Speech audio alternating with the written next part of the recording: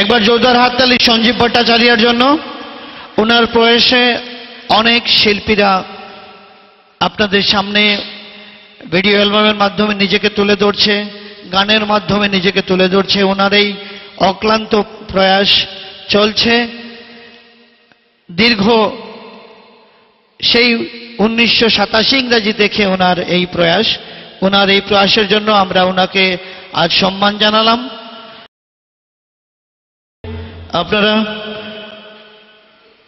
অনেক সময় বিটিএন, ঈশান এবং বিভিন্ন যারা কেবল চ্যানেল আছে আমাদের এই নর্থ ইস্টে, প্রত্যেক চ্যানেলেই ভিডিও অ্যালবাম রিলিজ করেন।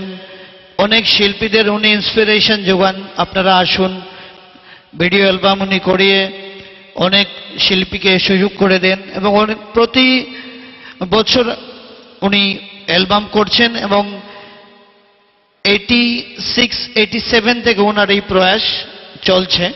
তো আমরা এবার যাকে সম্বর্ধনা জানাবো, সঞ্জীব ভট্টাচার্য।